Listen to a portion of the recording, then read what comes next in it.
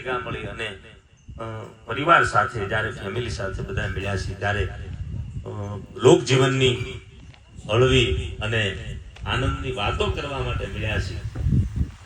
હું ઘણીવાર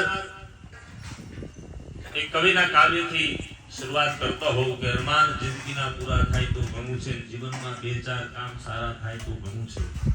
મુશ્કેલ જિંદગાની એની જ મજા છે, જીગરથી જામ એનો જીરવાય તો ઘણું છે. લવલેશ મોતનો ડર મુજને નહીં સતાવે, પણ મહેફિલમાં ખોટ મારી વર્તાય તો ઘણું છે. અને વધુ નથી અબળકો આ જીવનમાં માત્ર ને માત્ર ઇજ્જતનું કફન ઓઢીને પછી મરાય તોય ઘણું છે. જીવનની માલપા તમે કેટલું જીવા એ મહત્વનું નથી, પણ કેવું જીવ્યા છો એ મહત્વનું છે.